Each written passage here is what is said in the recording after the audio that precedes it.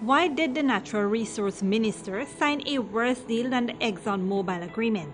PPP wants answers. Man pours gas, then sets lovers ablaze. Husband accused of murdering his wife caught.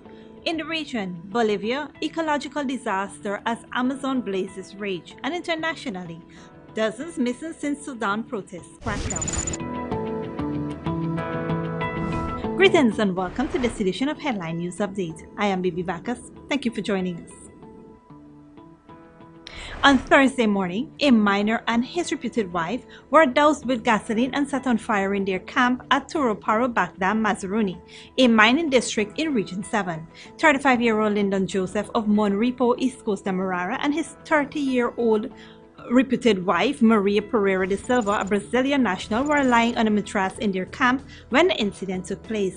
According to reports, Joseph and his wife had a confrontation with the suspect the previous night, and Joseph dealt the man several lashes to his body with a cutlass. The suspect then fled, but it is alleged that he returned around 4 a.m. on Thursday morning, and he threw the gasoline on the couple, set them ablaze before escaping.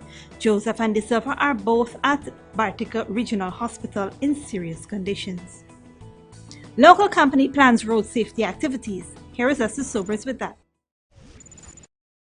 One local company, Chronicle Safety Solutions, have embarked on a mission to bring awareness to the road carnage in the country. The safety company will be hosting a road safety walk which will be held on the 22nd of September at 6 a.m. at the Square of the Revolution. We want anybody who's interested in road safety, anybody who is concerned about Guyana's road conditions, to attend this walk and to bring awareness. And we also have special t-shirts for families who have lost someone due to a road collision or someone who has been injured due to a road collision. All of this is in the aid to bring awareness to road safety. And what has the response been from persons hearing about this? Well, we have been posting condolences, quite a few condolences over the past months for those who have been reported to pass away on the road. And people are now they're actually seeing tangible evidence of our condition and our reckless road usage, the culture that we have in Guyana, and is bringing more awareness.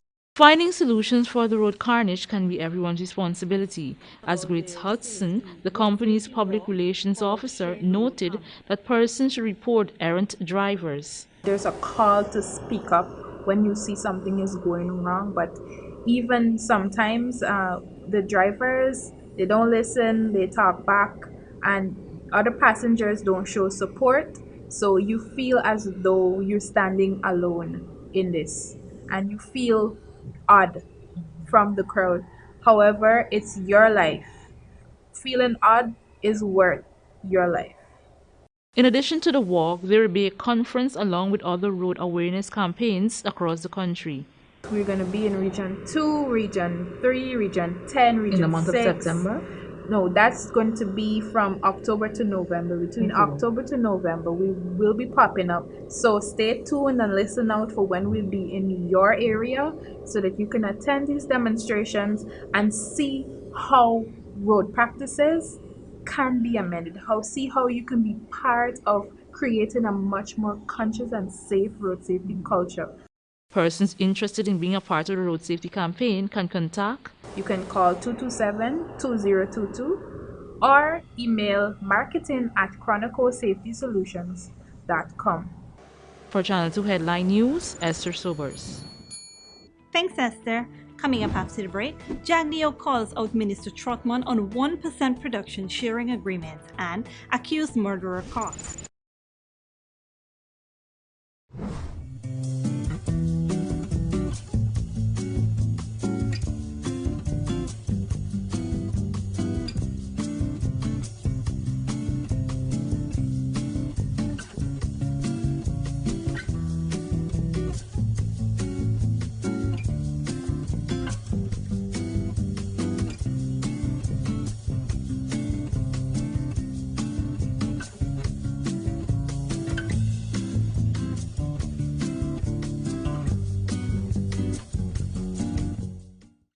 Did you know that John Lewis Styles carries back-to-school items? Besides clothing and footwear, you can also get lunch bags from $3,500, backpacks from $4,500, and pulley backpacks from $10,995, all for the same price or less than buying online, and it's already here. Also, get a chance to win one RCA tablet every week in August. Enter to win with every $5,000 you spend. That's 4 tablets you can Google homework with. John Lewis Styles. Simply different.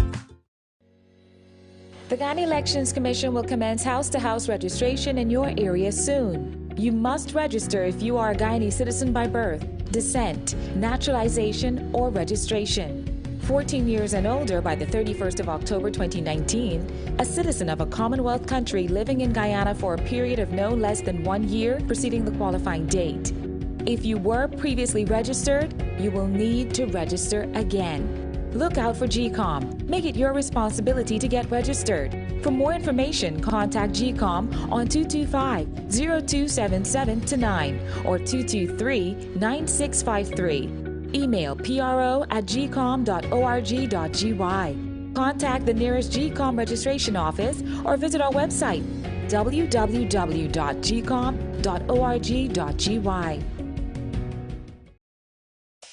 Wouldn't it be nice if we didn't have so much waste to dispose of in the landfill? Well, composting can help us reduce the waste we dispose of by turning our organic waste into compost, which can be used to improve the quality of our soil.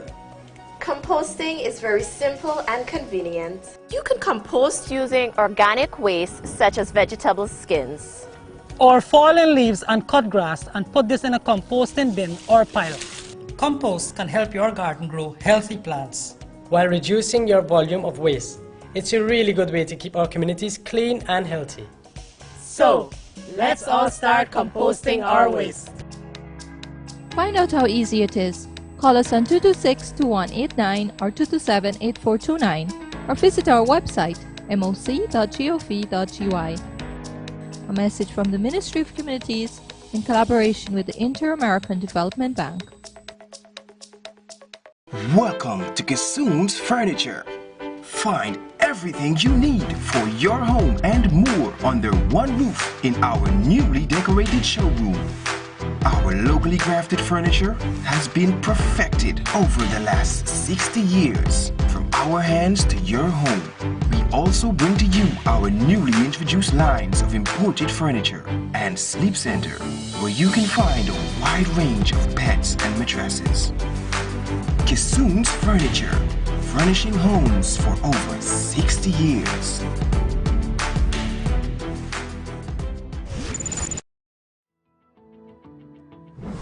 Welcome back. Yesterday, His Worship the Mayor Ubraj Narain distributed over 100 school bags to the children of Alberton, Queenstown, Georgetown. This back-to-school drive is to assist these children with the preparations for the new school term.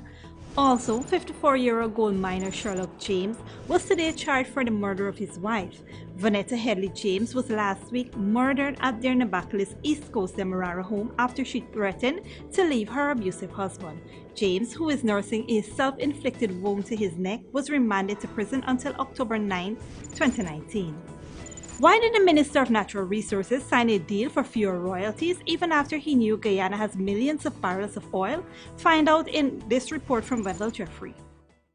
The Minister of Natural Resources, Raphael Trotman, said that he was following instructions when he signed the Oranduc Blocks Production Sharing Agreement. That agreement secures for Guyana less royalties than the controversial 2% ExxonMobil agreement. Yesterday at his weekly press conference, Bar Jack Dio asked rhetorically whose orders was the minister following. Jack Dio is calling on the minister to come clean and address the issue as to why he would enter into such an agreement. The company which got the so-called sweetheart deal is the British oil company Tullow. The agreement sees Guyana getting a mere 1% in recoverable royalties, meaning that Tullow can claim that their investment and production costs do not allow them to pay the 1% to Guyana, which sees Guyana having to actually pay Tullow for their access to Guyana's oil. Kaicho News is reporting that last week they contacted Minister Trotman on this issue. The minister is quoted to have said, I am unable to discuss beyond saying that, as with both contracts, I acted on directions. The minister added that notwithstanding the fact that the idea was not originally his, he believes that the deal was in the best long-term strategic interest of the country. Jack Dio said that he sees this kind of actions as an abnegation of governmental duties. He also termed the behavior incompetent and said that the government is not looking out for the interests of Guyanese. There are calls for all these contracts to be made public, calls which this government, like the past PPP government, continues to sidestep and resist. For Channel 2 Headline News, Wendell Jeffrey. Thanks, Wendell. When we return, Bolivia's ecological disaster as Amazon blazes rage and dozens missing since Sudan protest crackdown.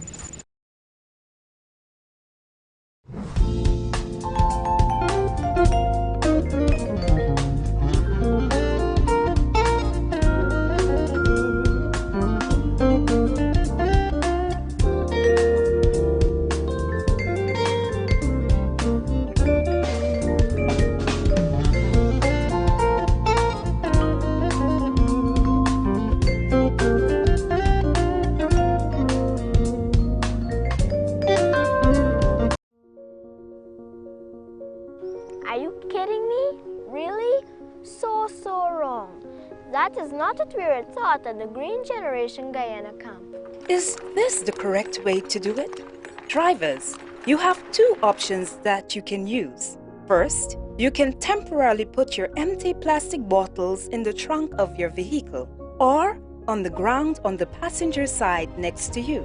Or secondly, place them in the nearest garbage bin you see. We need you to play your part in helping us keep the environment clean and healthy. A message from the Ministry of Communities, Green Generation Guyana Sanitation Program. For more information, please contact us on 592-227-2605, or you may find us on the World Wide Web at www.moc.gov.gy.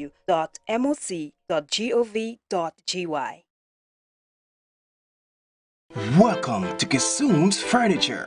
Find everything you need for your home and more under one roof in our newly decorated showroom. Our locally crafted furniture has been perfected over the last 60 years. From our hands to your home, we also bring to you our newly introduced lines of imported furniture and sleep center, where you can find a wide range of beds and mattresses. Kissoon's Furniture, furnishing homes for over 60 years.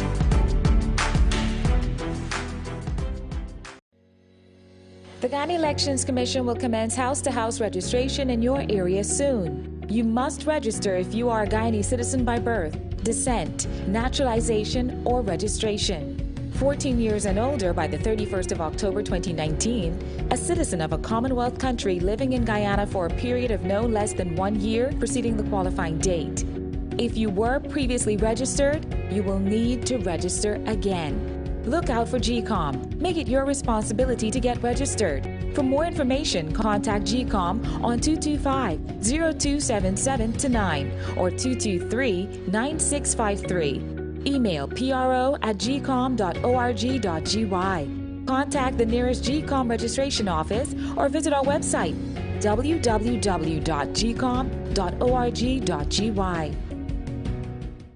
Did you know that John Lewis Styles carries back-to-school items? Besides clothing and footwear, you can also get lunch bags from $3,500, backpacks from $4,500, and pulley backpacks from $10,995, all for the same price or less than buying online, and it's already here. Also, get a chance to win one RCA tablet every week in August. Enter to win with every $5,000 you spend. That's 4 tablets you can Google homework with. John Lewis Styles, simply different. Welcome back. Fires in the Amazon rainforest in Brazil has captured much of the world's attention, but Bolivia has been fighting wildfires, destroying large parts of the tropical rainforest. Like Brazil's president, Bolivia's leader, Evo Morales, has been criticized for not responding adequately to the crisis. Al Jazeera reports. Where there's smoke, there's fire. Policemen and volunteers, armed only with shovels and bottles of water, try to save one of Bolivia's most precious ecosystems from fires that have already destroyed more than 1.3 million hectares of forest land. We are here trying to suffocate the fires with no equipment or special training. It's heartbreaking to see all the dead animals and lost flora. These unprecedented forest fires began a month ago, before those in neighboring Brazil. This is the world's largest dry tropical forest. What that means is that there is a very, very thick and highly inflammable mattress of dry twigs and leaves and, for example, these seeds from a coconut tree that have oil inside them. So when there's a fire, this becomes explosive, and the fire spreads from underneath the ground, which is why you don't see so many flames. But these are all burning cinders. These men and women have no training, uniforms, proper masks, or other equipment. They say they desperately need support, from milk to counter the effects of smoke inhalation to shoes. Our shoes last 2 hours down there before they melt. We need proper boots for fires, not this. After 3 weeks of refusing international help, President Evo Morales has agreed to allow aid and firefighting experts into the country, but they're only just beginning to arrive. Like his Brazilian counterpart, the president is under criticism for having promoted the economic expansion of this area. Last month, he issued a decree allowing newcomers to slash and burn parts of the forest for agriculture. Morales is also being accused of not heeding warnings. We sounded the yellow alarm in July, according to international protocols. The first days of August, we established the red alarm and appealed to the national government to halt all permits to slash and burn, but they did nothing. To the north, Bolivia's Amazon rainforest bordering Brazil is also up in flames, while local authorities say they don't have the means or expertise to control fires here that have already spread south to neighboring Paraguay. Here's a very fierce fire, and if the wind intensifies, we're going to lose control of it. Drone images show the fires are continuing to spread, while those struggling to contain them pray for help that can't come fast enough. Lucia Newman, Al Jazeera, La Chiquitanía, Bolivia. And in international news, dozens of Sudanese have been reported missing since a crackdown on a pro-democracy sit-in, which killed more than 100 people in June. Al Jazeera's Hibab Morgan reports. For Ismail and his family, every phone call from an unfamiliar number brings a bit of hope before it dies again. They're hoping to hear from their brother Adam Ismail, who's been missing since the deadly attack on the sit-in outside army headquarters in Khartoum in early June. His sister says they've done all they can to find him. We filed a report at the police station. Then we went to the hospitals and they referred us to the morgues. We didn't find him, so we went to other morgues, but so far we didn't find a trace of him or where he could be. The sit-in came after months of anti-government protests demanding the country's longtime president Omar al-Bashir step down. He was ousted by the military in April, but the sit-in continued as protest leaders and the military negotiated a transitional government. At least 100 protesters were killed and more than 400 injured in the attack in June, according to the Central Committee for Sudan's Doctors, which supports the protest movement. The military puts the figure at 87 killed. Families reported relatives had gone missing on the day of the attack and also after, like Omar Ahmed, whose uncle says went missing 2 weeks later. This is neglect from the authorities. This is the truth. Omar has disappeared since June 20th, and up to now, there is no trace of where he could be. Where is he, and where are those who went missing with him? But weeks on, there are few answers, if any, to those questions. The number of people taking part in the sit-in who went missing is not clear, with more people being reported almost every week. Activists say that's because many came from outside Khartoum, and with the confusion and fear during the attack, and in the days after, it took some time for families to realize that their loved ones weren't in hiding, but had disappeared. Also put down the phone number of the family. Activist groups have launched campaigns on social media to try to get people to search for those who are missing and connect them with their families if they find them. But that method has its challenges. We see late reports because some of these families don't really have the access to the social media. social media was working on this and presenting the revolution the most, more than any other thing. And they are living in different states. In a contact that I made with some families, they don't know about Facebook. They don't know that we're posting about the missing people and for the family to come over and report. Hassania says despite hearing nothing from her brother, she believes he's still alive and one day he'll find his way back home. Hiba Morgan, Al Jazeera, Khartoum. Here now is your 3-day weather forecast.